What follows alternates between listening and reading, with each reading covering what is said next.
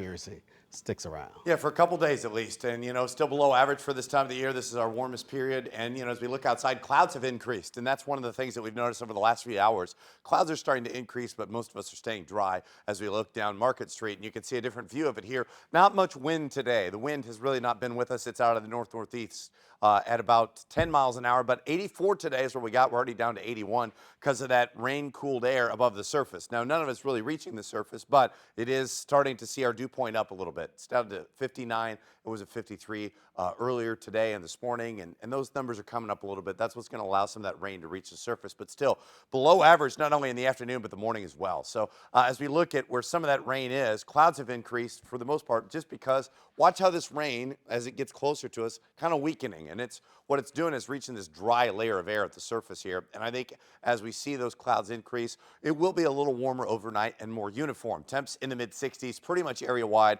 as those clouds increase and winds stay light. Now, what we'll look at here over the next couple of days is a couple of features within one larger one, this cutoff low where we're going to see a couple of these embedded circulations. One that's moved through Kansas City and kept it pretty cool today by July standards for sure, but we'll watch this little bit of a spin here and you can see how that is trailing off, and on the other edge of that we have some rain. Watch how that is falling apart. That's reaching the dry air locally, and then we look to the north. There's a little bit more of a circulation here as well. That's part of the larger one that until that moves out of here, we have to keep rain chances in the forecast. Now, I'm not all that excited about them because as you look throughout the rest of the day, those fall apart. They still reach that dry air, and Sunday's pretty cloudy. I think we're going to see mostly cloudy skies on Sunday, but as we head into Monday, once again, a few afternoon pop-up storms as that whole system is around. And when we see the heating of the day and a little bit more instability, just a little bit, we'll have a couple of hit and miss showers and storms. They may rain themselves out. They may fizzle themselves out. And that's the type of rain we see. There is so much dry time Monday, Tuesday, and Wednesday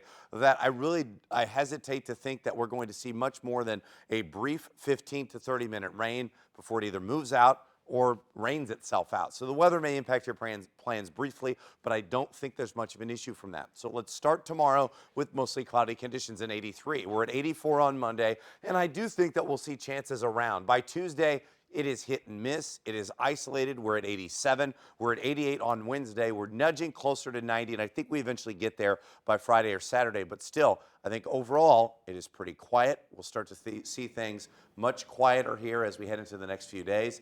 But we have a hard time getting to 90, and we stay